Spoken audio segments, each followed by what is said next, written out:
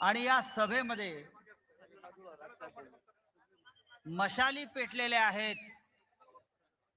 Engine पुढे निघालेला आहे आणि त्या इंजिनाला आणि मशालीला ऊर्जा देण्याचं काम जर कोण करत असेल तर या मैदानात जमलेली लाखो लाखो असे मराठी बांधव, शिवसैनिक आणि मनसैनिक अत्यंत अभिमान बाळगावा अशी ही सभा आहे. माननीय उद्धव आणि राज ठाकरे यांनी आपल्या पहिल्या संयुक्त सभेसाठी नाशिकची निवड केली. यातच नाशिकचं महत्व आपल्याला कळलं असेल. उद्धवजींनी आणि राजसाहेबांनी एकत्र येणं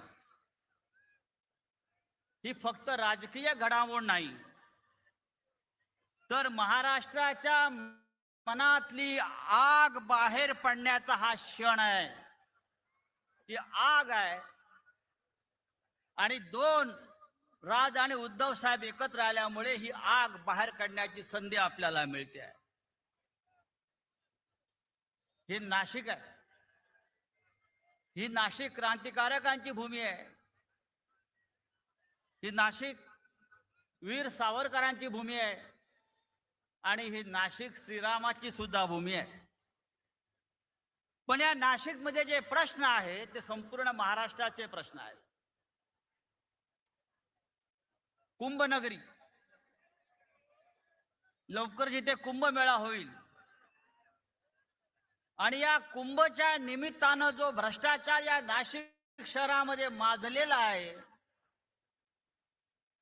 तो या हिंदुत्ववाद्यांना शोभणारा नाही. मला आत्ताच कोणीतरी सांगितलं, कुंभाच्या निमित्तानं 50,000 कोटीची कामं निघाली आहेत राजाभाऊ, 50,000 कोटीची. आणि ही सगळी कामं महाराष्ट्राच्या बाहेरच्या कंत्राटदारांना, खास करून गुजरातच्या कंत्राटदारांना मिळत आहेत. मग महाराष्ट्रातल्या आमच्या लोकांनी काय करायचं? नाशिक मधल्या स्थानिक लोकांनी काय करायचं? 50,000 कोटीची कामं गिरीश महाजन नावाचा पालकमंत्री गुजरातच्या ठेकेदारांना देत असेल आणि ही सगळी यादी कोणत्या ठेकेदाराला कोणतं काम द्यायचं हे याची संपूर्ण यादी ही दिल्लीतून आलेली आहे. मला एवढंच सांगायचं की जी आश्वासने या नाशिकच्या बाबतीमध्ये आतापर्यंत आपल्याला मिळालेली आहे ती सगळी फोल ठरली. स्मार्ट सिटी करणार होते नाशिक, स्मार्ट सिटी. 100 जी शहरं काढली स्मार्ट सिटी बनवण्यासाठी, त्याच्यामध्ये नाशिक होतं. आणि 31 डिसेंबर 2025 पर्यंत या स्मार्ट सिटीचं काम पूर्ण करण्याचा निर्णय झालेला होता. पण आजही नाशिकची अवस्था पाटणा आणि लखनौपेक्षा वाईट आहे. जाऊन रस्ते बघा, पाणी पुरवठ्याचे प्रश्न बघा. नाशिकमध्ये 5-5 दिवस पाणी मिळत नाही लोकांना. पाण्याचं खाजगीकरण करण्याचा विषय सुरू आहे. कोणासाठी? तर ठेकेदारांसाठी. या राज्याचे मुख्यमंत्री देवेंद्र फडणवीस यांनी नाशिक शहर दत्तक घेतलं होतं. दत्तक घेऊन केलं काय? सावत्र भावापेक्षा वाईट अवस्था देवेंद्र फडणवीस यांनी या नाशिक शहराची केली आहे. आज नाशिक शहरामध्ये सगळ्यात जास्त का उपलब्ध असेल तर ते अंमली पदार्थ, ड्रग्ज. शाळा आणि कॉलेजच्या टपरी बाहेर जाल तिथे तुम्हाला मोठ्या प्रमाणामध्ये विद्यार्थ्यांपर्यंत ड्रग्ज पोहोचवलं जात आहे, अंमली पदार्थ पोहोचवले जात आहेत.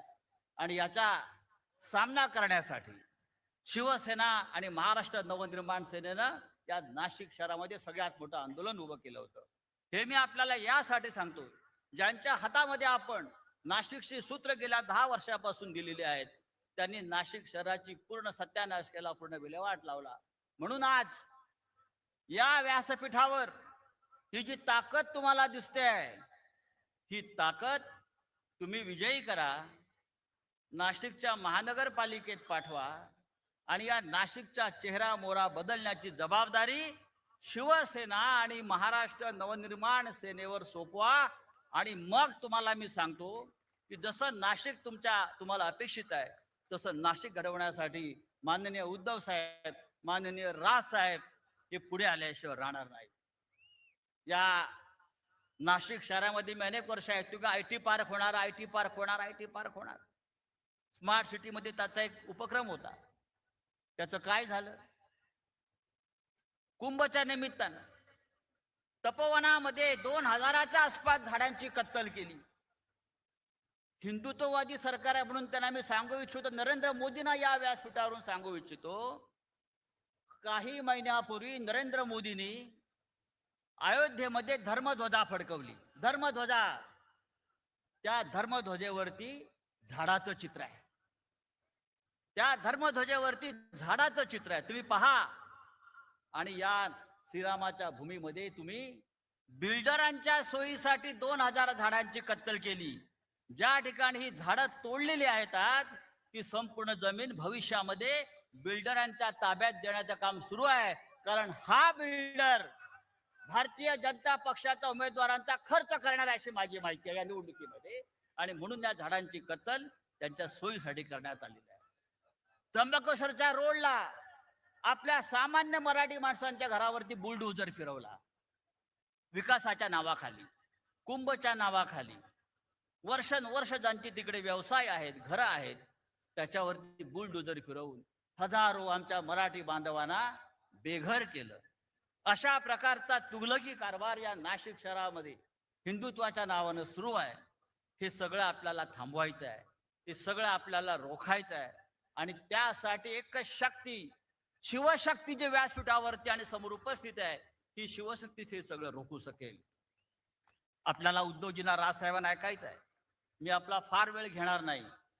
पण या मैदानावर जी शक्ती जमलेली आहे, या शिवशक्तीमध्ये या नाशिकमध्ये परिवर्तन करण्याची संपूर्ण ताकद आहे. मला खात्री आहे की आपण सगळे, उद्धव साहेब, राज साहेब एकत्र आलेले आहेत. हे नाशिक सुद्धा त्यांच्या पाठीशी ठामपणे उभे राहील आणि या नाशिकमध्ये बदल घडवेल, परिवर्तन घडवेल.